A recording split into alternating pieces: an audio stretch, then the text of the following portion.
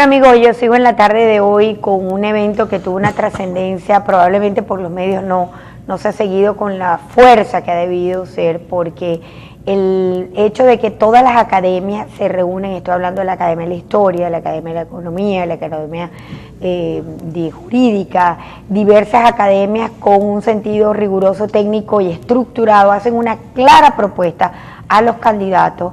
La Asamblea Nacional. Se les hizo a todos los candidatos esta invitación en el marco del aniversario de la Universidad Rafael Urdaneta. Yo he valorado mucho ese esfuerzo, no solo por la rigurosidad académica, que eso significa, sino porque está en blanco y negro la recogida. Por ejemplo, yo me recuerdo, doctor, que en la Academia de la Economía, en el marco de este desastre recién escogido Maduro, que vino todo este periplo de evaluativo, hizo un documento interesantísimo de 42 puntos. Por supuesto, el gobierno ni le paró. Y fíjese usted, si hubiera siquiera, me lo decía el doctor, creo que Neuro Villalobos, ex rector también, que si hubiera puesto en camino solamente 3 o 4 lineamientos de los propuestos en ese documento, no estuviéramos en la tragedia que estuvo hoy. O sea, que además este gobierno es irresponsable porque se le han hecho propuestas, pero se tapa los oídos. Pasémonos por esta realidad de ese encuentro que, como usted decía, estuvieron invitados todos los candidatos. Lamentablemente los del PSV pues no asistieron en la mayoría que hubieran haber asistido, que además son los causantes de esta tragedia, porque son copartícipes de esta Asamblea Nacional que permite todo lo que ha sucedido.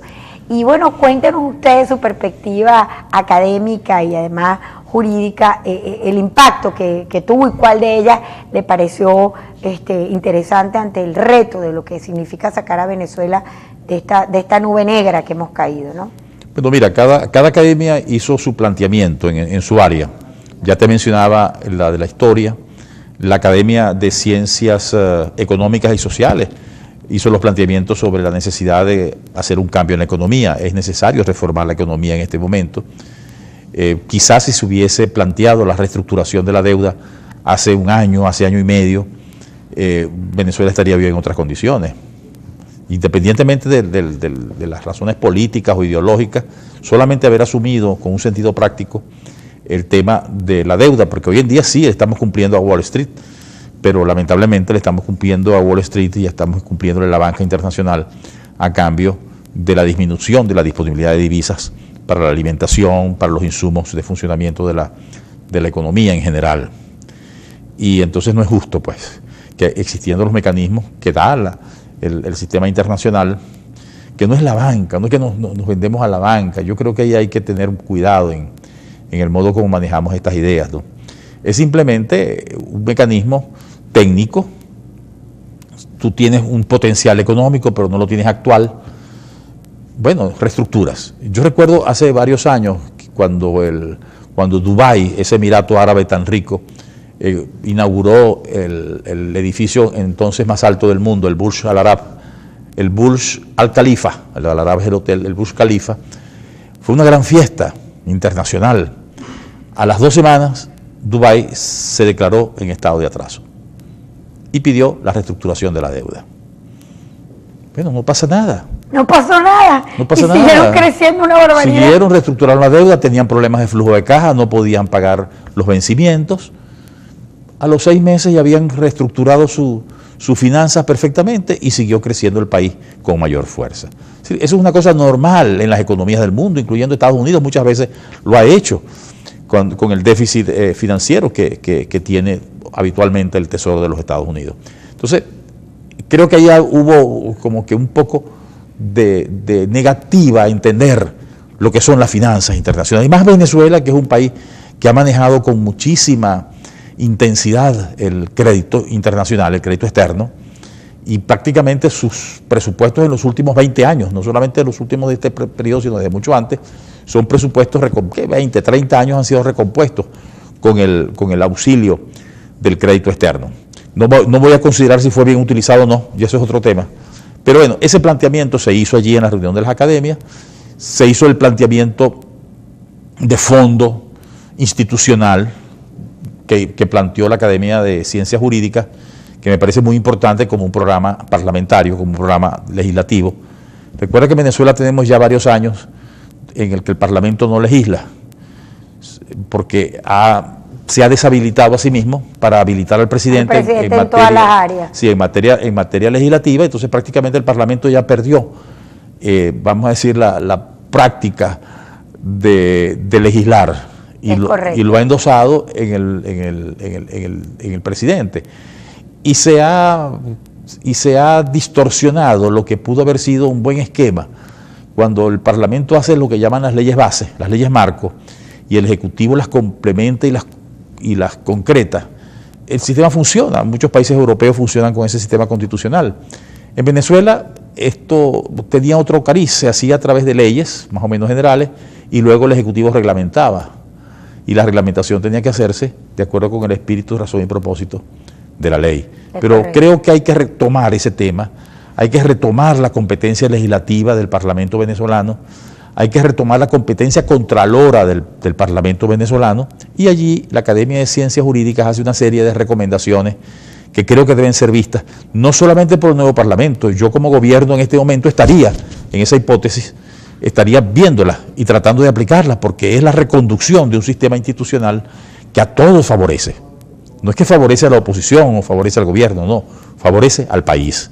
Y en definitiva, la acción legislativa, la acción ejecutiva y la acción judicial tiene que tener como ese gran marco, ese gran horizonte de favorecer las instituciones y favorecer el bienestar de la gente. Y que creo que ha sido el daño más perverso que se ha hecho dentro de este sistema, porque no hay institucionalidad, y sí, no hay equilibrio entre unas áreas y otras, sino todo está concentrado en el Ejecutivo, y el Ejecutivo lo decía absolutamente todo, incluyendo la redistribución de los ingresos. Por ejemplo, nosotros pagamos los impuestos, y yo estoy cada día más convencida que el daño más grande, entre otros, que le hizo esta bendita revolución fue acabar con la descentralización, y aquí estamos recogiendo los despojos de un sistema que no funciona. Yo lo oía, doctor, que claro, nuestra calidad pues de abogados y profesores universitarios nos tenía que conmover y llamar mucho la atención el tema judicial, pero fíjense ustedes con lo que yo empiezo, ¿no? Con la noticia de la inseguridad, y Biagio Parisi ayer en grandes titulares comentaba que no tiene espacio en las cárceles, que realmente poder acabar con el tema delincuencial no va muy de la mano con el tema de la fortaleza que debe tener unos tribunales que castigan al delincuente y no están detrás de los que no tienen que estar. ¿Qué otro aspecto dentro de ese marco de la propuesta judicial, digamos jurídica, desde las academias, le llamó usted poderosamente la atención como hito importante que hay que aplicar una vez que se cambie el tema de cómo se legisla en este país? Bueno, yo creo que la función legislativa como reguladora de los derechos constitucionales base, de las libertades sociales, la libertad de información, la libertad económica, que son los motores del engranaje social. Sin esos motores del engranaje social, sin los elementos de seguridad, sin las garantías mínimas que puedan tener todas las personas, todo el pueblo venezolano, desde el más humilde obrero hasta el empresario que está haciendo una inversión, todos tienen que tener un margen de seguridad. Hoy tenemos una ley del trabajo, una ley orgánica del trabajo, de los trabajadores y las trabajadoras, que pareciera que empieza a ser ya quebrantada.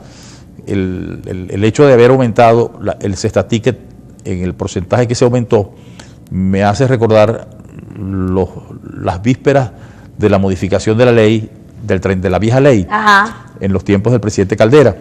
Entonces yo lo llamo cestaticket calderista. Es más una cestaticket calderista porque es una ley que aumenta el salario sin impactar las prestaciones sociales. Es decir, logra sacar del impacto en las prestaciones sociales lo que en aquella época se daban como bonos. Claro. Bono de alimentos, bono de transporte, etcétera, que llegó a ser tanto como el salario. Es correcto. Aquí ya alcanza aproximadamente el 70% del salario mínimo básico, y entonces es como un regreso al sistema anterior, al sistema donde se reconocía que la retroactividad imponía una carga contable muy peligrosa para las empresas, pero al mismo tiempo daba lugar a que muchas veces el trabajador viera que sus prestaciones sociales eran burladas.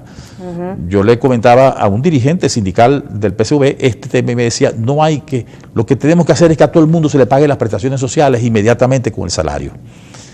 Y se cree un buen sistema de ahorro. Eso es lo más importante, pero vamos a conversarles ya al volver en el marco de esto que ha sido una propuesta impresionante, y agradece a usted que facilitó ese encuentro. Les pido que no se retiren, que venimos con estas nuevas, buenas realidades, las cosas que pasan y pocas veces nos enteramos.